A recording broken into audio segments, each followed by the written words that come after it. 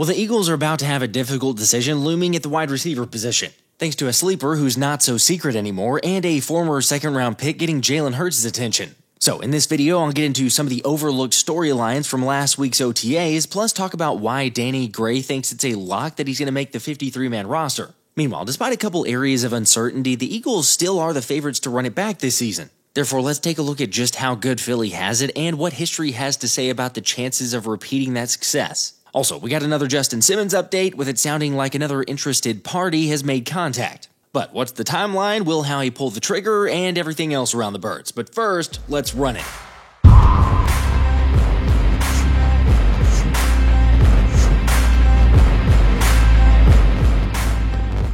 What's up, guys? Alright, got a question for you. Who is your favorite Eagles player, your favorite current Eagles player? I know that's a difficult question. Take some time, think about it, and let me know in the comments. Is there any way that you could do all of them? Sorry, I know it's hard to choose, but for the sake of this exercise, you can only pick one. And tell you what, if this video gets 4,000 likes, then I'm going to give away an Eagles jersey to the most liked comment in this video. So drop a like on this video, and then let's hear those takes on who you'd go with. Now obviously, mine's probably a given for anyone who's even been remotely following the channel. Yeah, Nolan Smith was that like before he broke out last year and set the franchise record for most sacks in a single postseason. And not gonna lie, but the fact that I also attended that game in person when he did it is kinda surreal. Plus, with BG dubbing him as the successor to help set the tone and be that vocal leader on the defense this year, it just cemented that status even more. However, you really can't go wrong with who you pick. I mean, I don't blame you if you say Saquon Barkley, because not only is he probably the best player on the roster, but he's coming off one of the greatest seasons in NFL history. Granted, it will be interesting to see if he can repeat those numbers from last year, or how close he can at least get to those. Like, I'm hopeful he can put up similar stats, although when you look at the historical numbers, the odds aren't exactly in his favor. Look, I know the 28-year-old said he feels like he's just entering his prime, and maybe he is. Yet let's be real, he did just come off a season where he played 20 games and finished with 482 touches. FYI, those 482 touches are the 10th most in any season in NFL history. And also, Saquon is just the 9th player to rush for 2,000 yards in a season, with the previous 8 not having been able to repeat that performance the following year. Like, take a look at it. The last back to eclipse the 2,000-yard mark was Derrick Henry in 2020, who then failed to get over 1,000 yards after breaking his foot in Week 8 the following year. Or in 2012, Adrian Peterson ran for 2,097 yards, but went all the way down to less than 1,300 yards the next season, with his yards per carry dropping 1.5 yards. There was also Chris Johnson in 2009, who after being CJ2K still had a solid year, but was about 700 yards fewer than the year prior. Also, Ravens running back Jamal Lewis experienced the same thing in 2004 after being simply unstoppable the previous season. And Terrell Davis suffered a torn ACL just 4 games into the season following his 1998 campaign. I mean, it's just about the same story no matter who you're talking about here. Barry Sanders dealt with that in 1998, Eric Dickerson dropped off big time in 1985, and O.J. Simpson was a shell of himself in 1974. In fact, if you averaged out all 8 running back seasons following their 2,000-yard campaigns, they were about 900 yards fewer, along with a yards per carry average 1.5 yards less than their dominant season.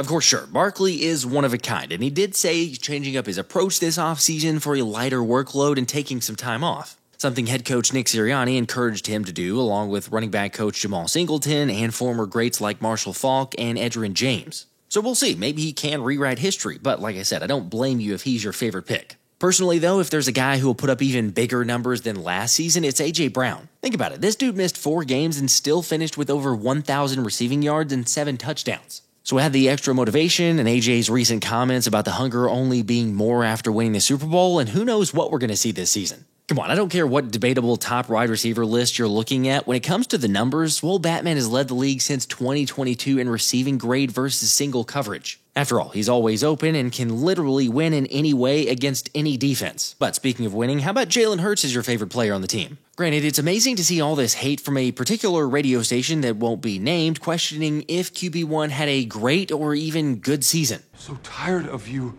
getting angry and yelling all the time. It's exhausting. Seriously, what are we doing here? I mean, yes, they gotta have something to talk about. I know this is kind of par for the course for them, but at the same time, Jalen Hurts has won the second, or did win the second Super Bowl in franchise history, has played in 2 of them, and played 2 of the best games statistically out of basically any quarterback in NFL history. Like, forget about any of the other concerns or question marks or areas of improvement needed. Some guys just have it and some guys don't. But one thing's for certain, breed of one does. It's like John Stolnis wrote, all of our lives we dreamed of having a star quarterback good enough to play his best when it mattered most. And if we're being honest, Ron Jaworski couldn't do it, Randall Cunningham couldn't do it, and neither could Donovan McNabb or Carson Wentz. So I don't know, maybe we just enjoy this one and not ruin it with a senseless degrading of a player who did what about 95% of NFL players won't ever do. Not gonna lie, that's probably why I love the case that offensive line expert Brandon Thorne made for Lane Johnson being the pick. Or at least that we should start having conversations about Pave the Lane being the best right tackle of all time. Especially when you watch the film from last year and acknowledge the 35-year-old saying recently that he's just reaching his peak. Let's face it, Johnson is an athletic freak with a kick slide that has so many people worked up by just how effective it is. Also, his footwork and work ethic are unmatched, and to be doing what he's doing at his age is simply unfair. Yet it's no wonder he hosts an offensive line summit each year to share tips and knowledge with O-linemen from around the NFL. Because we can argue about it, but players around the league recognize he's one of the best. What do you think though? Is Lane or will Lane be one of the best when all is said and done? And also, I'll ask you again, who is your favorite current Eagles player? Why is this so hard? The hard part is we haven't even gotten to some of the other defensive players like Jalen Carter, Quinyon Mitchell, and Cooper DeJean, which congrats to George for winning the signed Cooper DeJean jersey on a previous video. And I think it's pretty fair to say who his pick would probably be for favorite player. Meanwhile, I do also need to mention the winners from the other giveaways we had for the signed Nolan Smith jersey and the Saquon Barkley helmet. So congrats to Smiles for you for winning the Nolan Smith jersey, and then Wolfgang Sanier for winning the Saquon Barkley helmet. As always, just need to hear back from you on the pinned comment or one of the socials, or email me at thephillyspecialshow@gmail.com so that I can confirm it's you and claim the prize. Remember, you got 1 week, I just need to hear back from you. Kind of like Justin Simmons is waiting to hear back from Howie Roseman. Hey, no! I'm expecting a phone call. Thank you. Alright, the latest update is really that not much has changed for the former All-Pro, as he'd continued to make it blatantly obvious that he'd like to be in Philly and playing for a contender. Yet unfortunately for him, Howie hasn't made the call. But in case you missed this, there has been interest from the Carolina Panthers. According to The Athletic, they've actually reached out to Justin Simmons' camp, although no deal is imminent at this point. Because again, despite Simmons saying he wants to play for a contender and Carolina running back Chuba Hubbard admitting they plan on winning the Super Bowl this season, no one is actually taking that seriously. I thought you were kidding! I thought it was a joke! Sorry, I do think that the Panthers will be better this season, and you're right. At the same time, what's Chuba supposed to say? When he's asked about the Panthers' success, he's supposed to say, oh, we're going to rebuild, we're not going to win that many games. Fine, yes, a lot of players, a lot of teams are going to say, we plan on winning the Super Bowl, but it's pretty clear. If you're taking the choice between Philly or Carolina, which one's going to be the contender, it's obviously the Eagles. Philly is the place to be. It's just hard to say if Howie's going to make a move at safety. Although no matter which direction you wanted him to go with cornerback, we can officially cross off Jair Alexander. After Adam Schefter broke the news that the former Packers corner signed with the Baltimore Ravens to a 1-year $4 million deal worth an additional $2 million in incentives. And yeah, on one hand, that's a very cheap number to get a guy who can be locked down when he's healthy. But at the same time, we're talking about a guy who's played a total of 14 games over the last 2 seasons combined. Also, regardless of how you feel here, I wasn't totally bought in on the idea of bringing him in, but I also wouldn't be so quick to say, dang, this was a missed opportunity by Howie. Because despite Alexander signing with Baltimore, that doesn't mean Philly didn't offer him, with other reporters revealing that he turned down more money to go play elsewhere.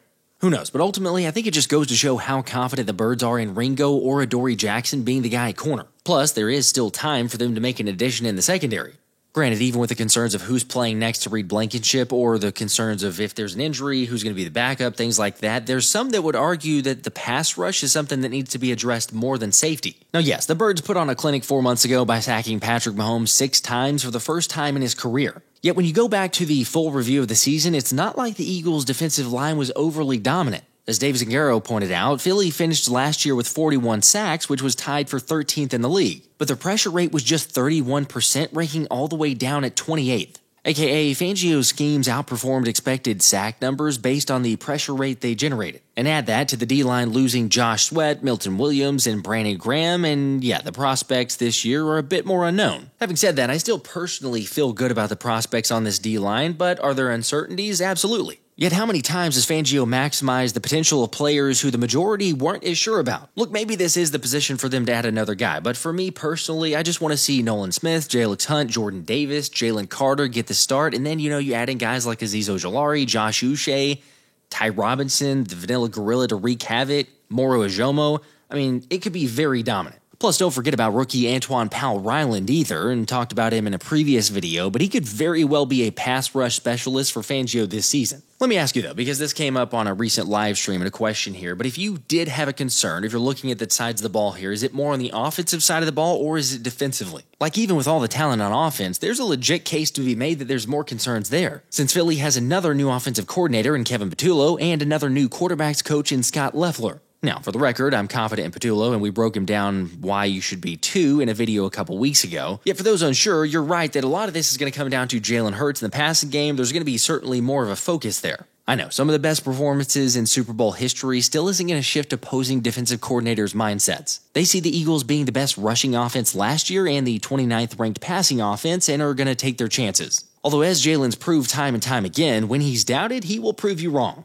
You know why? Say I can't. Look, we're nitpicking here, right? Because all in all, the Eagles are still in an incredible spot. I mean, look around the rest of the league, the 31 other teams, and every single team has a bigger issue, a bigger concern, a bigger question mark than the Eagles do. So ultimately, the Eagles are in a fantastic position. We're going to be fine. Are there a couple areas of question marks? Yes, but every team has them. Like I said, though, Philly is in a great spot, and so are a couple different guys coming away from OTAs last week, with Anthony DiBona putting together a stock up and stock down bird market. By the way, I'm not going to go over every single name that Anthony lists there, but I do have a link in the description if you want to check out the full article. For now, though, let's get into the wide receiver position. Like outside of AJ, Devontae Smith, and Jahan Dotson, that wide receiver 4 spot is an uncertainty. And for a dude like Johnny Wilson, making the roster might be headed in the wrong direction. Since as Anthony pointed out, the 24-year-old missed a few practices during OTAs and has failed to separate himself from the pack when he's on the field. Of course, Wilson has shown to be a physical blocker in the run game and did make a play or two last season receiving. Yet like we also saw from last season, the drop issues from college carried over into his rookie year. Now, in fairness, I think we all understand training camp is going to be the real litmus test for how these guys perform, where they stack up in the roster rankings, all that, but I do think that there's 2 receivers based on their performances that is really hurting Wilson's chances. For example, former third-round pick Danny Gray turned some heads back at OTAs, but he's really been doing that ever since last season on the practice squad,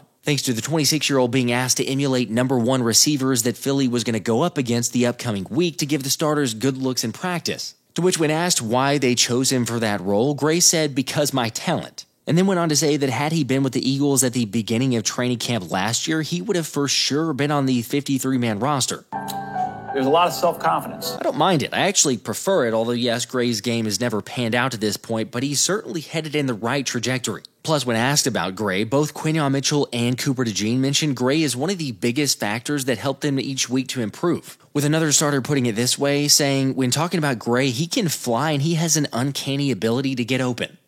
Good to be true. Maybe it is, but remember, that's also why we talked about him a couple weeks ago as a guy to keep an eye on. However, I'll add one more wideout in this competition as well, and former second-round pick Terrace Marshall. After all, multiple beat writers noted his promising performances at OTAs, in particular his ability to win several 50-50 balls. Heck, on another rep, he beat Cooper DeJean on a slant that he was able to take to the house for 6. For real, let's not forget 6'2", 200 pounds with the speed to run away from defenders with a 4.4 40. Yet the most telling aspect of how he's viewed has to be the takeaways from the teammates. I've been knowing Terrence for a while. We played on the same 7-on-7 team in high school.